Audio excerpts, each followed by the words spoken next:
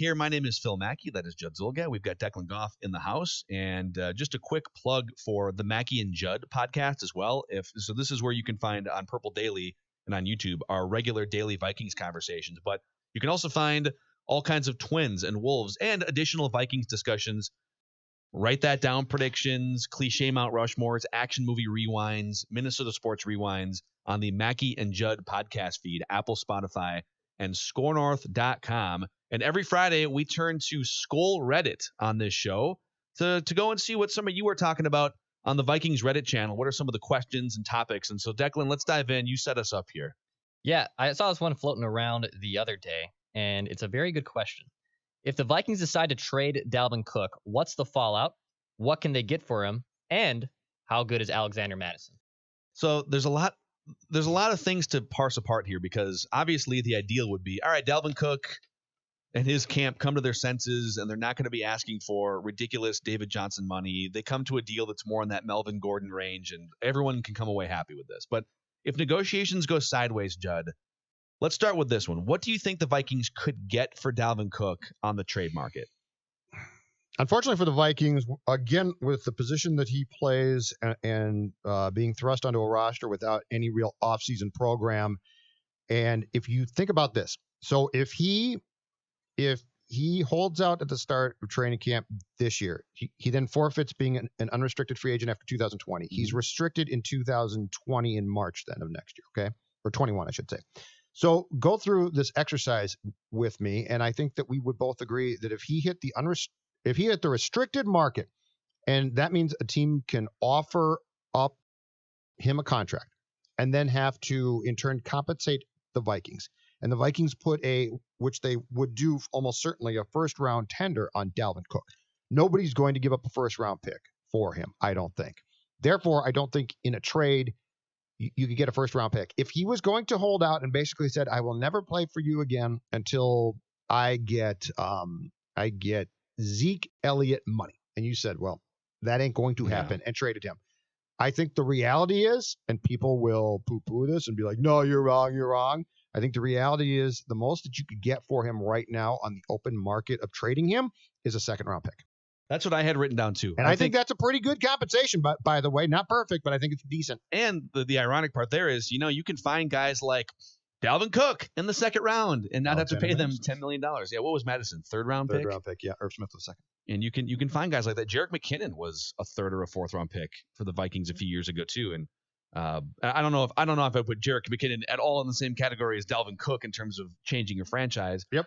Excuse me, but I'm kind of with you on that front. I think if you can get a second round pick, and this is if negotiations go sideways and it's just reached kind of a point of, well, he's mad enough where he's not going to even negotiate with you next off season because he's just chapped. Which, by the way, to be clear, but before our discussion here gets dismissed as being that's never going to happen, remember a few months ago, I think we talked about a guy named Stephon Diggs. And everyone's like, well, so he's unhappy. They're never going to trade him. Well, they traded him, okay? It happens all the time. They got a first-round pick there, but they traded him. Correct. It happens all the time. And as a franchise, you have to look out for – it's not just about Dalvin Cook. It's about the entire roster. It's about the salary cap. It's about making sure that you're putting you're not locking yourself into contracts that are going to hamstring you. I mean, look at that Adrian Peterson contract at the end of his run. Like, that dude was making $14 million or something. He was making like $8 million more than the next highest paid running back or something. It was a terrible contract, and we talked about it a lot at the time. And you couldn't play him on third down. I would actually be much more willing to pay Dalvin Cook than I would going back Adrian Peterson, because at least I'm getting a guy that's going to catch a bunch of passes. He can play on third down. You're not taking him off the field. On a previous episode here, a recently posted episode of Purple Daily, we did talk to Daniel Jeremiah from NFL Network, and he said, and I hope I'm not getting this wrong, but I believe he said of the 10 leading rushers in the NFL last year, something like 9 of them were on rookie contracts. Mm-hmm. And so it's just, again, it's another caution point to, you got to be careful getting into some bad contract situations. So the second question is, if you decide to move on and you trade Dalvin Cook for, I don't know, if you're lucky, a second round pick, maybe a third round pick. Okay, well, how good is Alex Mattison? Is Alex Mattison the type of guy that and I've got one you're going to ride for for a few years as your starter? How good is your offensive line?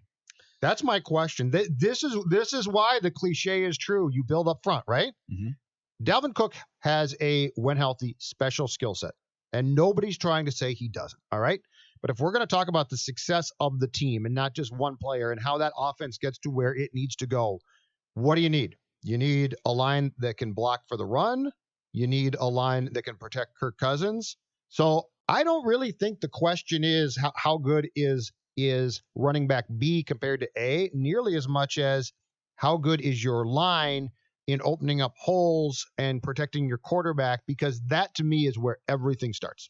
Yeah, and right now there's a lot of question marks about the offensive line, but I don't think, so are you saying if your offensive line isn't as good, you're more likely to pay Dalvin Cook? Because I would say I almost would put those two things in separate categories and say you should look to just make your offensive line great and also not overpay a running back. No, what I'm saying is if I'm going to invest, I'm going to worry about my investment up front, not in the backfield. I'm going to worry about my quarterback, obviously, but I need if I'm going to say, where is my money going to be allocated, right? My money is going to be allocated to the offensive line more so than one player at the running back position. Right. So I think we agree. I did a dive here on Alex Mattison, and I think the headline here is at worst, he's a league average running back if he stays healthy. So you're not getting, all due respect to Matt Asiata, like you're not getting a 3 yards cloud of dust kind of a guy. Sure. Although Matt Asiata scored like 9 touchdowns one year. Yeah, but I hear you. So he was a great fantasy running back. I know what you're saying. But Madison has shown at worst he's a league average running back, and I'll go through some of the different measurements. But it is worth noting both him and Dalvin Cook averaged 4.5 yards per carry last year. Dalvin much more upside and dynamic, but both did average 4.5 yards per carry. So Pro Football Focus has a statistic they call the elusive score, which you and I would probably grade very low on. As far as all of us on this show, Declan probably is the most elusive. On Friday nights, you'd be surprised. Declan's very elusive on Friday nights. And Saturday, super elusive. Yep. By Monday, he's horse bleep. So elusive scores grade running backs based on how hard they were able to bring down by opposing defenses. So how hard are you to corral and tackle based on either just being a Jerome Bettis like force or being Barry Sanders like quick, independent of blocking. So how hard were you to tackle and bring down independent of blocking? And among running backs with at least 100 touches last year, Dalvin Cook was 12th in elusive rating. Madison was 22nd among 55, 60 running backs. So like Dalvin better, but Madison was top half of the league in terms of difficulty bringing down. If you go overall Pro Football Focus grade, Dalvin Cook was 7th in the NFL last year out of like 60 qualified running backs. Madison was 35th. So he was right in the middle of the pack. Sure. But he was also, that accounts for everything as a running back. And he's a rookie who, if you were to give that guy another year and you were to give him more carries, I think there's more upside. I don't think he's as good as Dalvin Cook. But again, if the difference is, well, this guy makes $1 million, this guy makes $10 million, and I can go get another offensive lineman or something, which makes Madison even better. Right. That's the thing. So I would actually say that Alex Mattison might be the third best running back in the division right now. I think the Packers have a better running back. I don't think the Bears do. I don't think the Lions do. Yeah, I think the Vikings have two of the best yeah. running backs in the NFC North right now. Yeah, and if you have the proper protection for your backs, it's going to be, because this all to me comes back to not a conversation about is Dalvin Cook good. We know he's very good. This comes back to a conversation about the National Football League in 2020 and where you want to allocate your resources based on what's wise. Look, if we were having this conversation, if we'd been doing this show and it was 1995, Dalvin Cook, and everyone had a neck roll. I'd pay Dalvin Cook football, and he would have,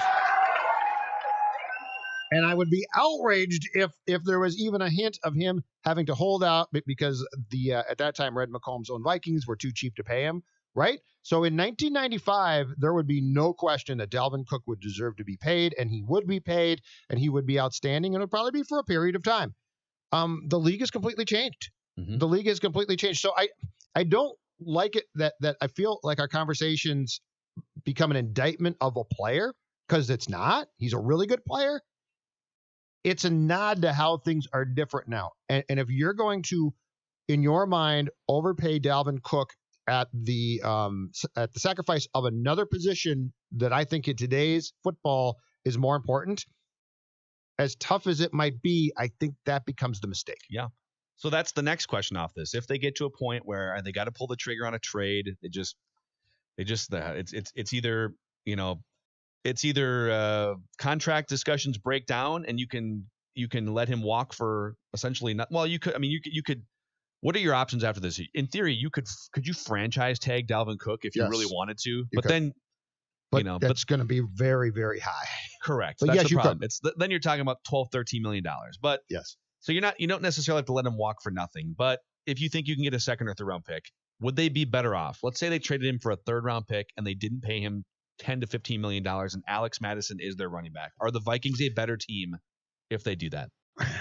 Boy, answer me this question. What are you playing for?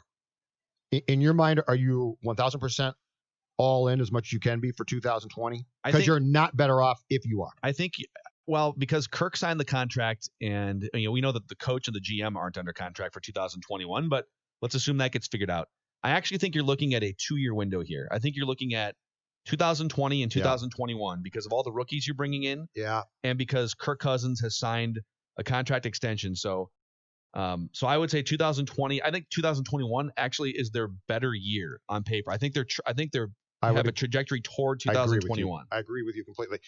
You're not better off necessarily, but that doesn't mean that you're making the wrong move, if that makes sense. Depending, again, if he will take, I will do, and I got to swallow a bit hard, but I will do $10 million. All right. Short-term contract, but I will do that. If he insists on a David Johnson, which is $13 million per year, Zeke's at 15, and Christian McCaffrey tops this conversation at $16 million per year. If he wants to get up there, I can't do it. But I honestly have to look at my roster, my personnel groupings, and I also have to say, am I doing right by my football team by having what is going to be a very good player, but is he going to help me maximize not his potential, but the team's win potential? So I think that you can make a very good argument that if we're talking about over the course of time here, that you are not better off by doing the contract. If we're simply talking 2020 and the impact of him being gone with this current team, it definitely does hurt in that short term. Where I'm at with this right now is, in general, when faced with, I'll preface this by saying, the idea of the NFL salary cap coming back $30 or $40 million is driving my thought process on this right now. My thought process would probably be different now that you don't have Stephon Diggs under contract too, if you knew that you were going to have a $200 million cap. So the cap potentially being reduced is new information we've gathered in the last couple of weeks, and that's driving my thought on this. If you're stuck between an emotional decision and a logical decision, you should lean logical more often than not. The emotional decision is Dalvin Cook is amazing. He's one of the best non-quarterback offensive players in the NFL. And he's just been like a great presence with the Vikings. If you're a fan, if you're a teammate, like everything we've heard about Dalvin has been great for 3 years. Mm-hmm. So that's the emotional side. Like, hey, you want that guy on your team. You do, because he's awesome. He's fun to watch. He's productive. I just saw our old friend Matthew Collar now at Purple Insider. If you want to catch his newsletter and his podcast, he just posted a stat as we're sitting here talking. If you take away runs inside the 10-yard line, which could actually decrease your yards per carry, because if you score a touchdown from the 3, it decreases your. Sure. But Dalvin Cook was 4th in the NFL in yards per carry from the 10 to the 10, so the middle of the field. Like, so he's even better than maybe we thought when you account for that. That's the emotion. Well, that part is logical, but the logical part is name me the running backs that get paid, and you thought that was worth it. Right. That was worth it. Right. So I'm leaning toward logical over emotional right now. And the thing that I also keep coming back to when it comes to the case of Dalvin Cook is we always talk about just in this running back discussion as a whole, longevity, right? Mm-hmm. And ability to stay on the field. And when you look at Dalvin Cook's games played for his first 3 years and go, I think it was 4, 11, 14. You're never talking about a full season. And that potentially is not going to improve. So if you sign him and now we get to year 5 and year 6 and it's let's say decreasing, it's 13 and then it's 10, and now you're saying, really? We did that contract? And Phil, to the point that you broached about Peterson's contract. How many times did we sit here and talk about, you know what, he was really good, but that contract is ridiculous. And I feel like if you are, especially Spielman and Brzezinski, their salary cap guy, that you have to go back to that time period and remember that. And as good as Adrian was for a long time, I really think if you offered the Vikings back then the chance to go back and say, you know what, let's keep this contract shorter and blah, blah, blah, you would have jumped at that chance. Yep. So, all right. Well, I think we've hashed out pretty much every possible angle this week of Dalvin Cook and the news of disgruntlement and possibly holding out. So if you missed any of our Purple Daily episodes, go check them out. Apple, Spotify, scorenorth.com, and also the visual version if you want to see our ugly faces at youtube.com/scorenorth, where you can click that subscribe. But Judd is very freshly shaved. I shaved my neck beard for this. Did you? So you guys I got a shaved haircut. yesterday. Declan got a Declan got very a suave. That's a nice haircut. That's right. Mine, I just got buzzed right off. Best It's hair at great. Score North. That's right. Beautiful people. You think you and your Hall of Fame quarterback buddy like football? Well, John Gruden and Brett Favre don't just like football, they love it. Watch this throw rolling to my left, backing up. That's awesome, man. And I make another throw. The next, It's like it came right out of I heaven. mean, it had to. It's Had like to drop Big in Herb's like up a there dropping butterfly it down. with sore feet. It had to drop in like that. Like a what? Football!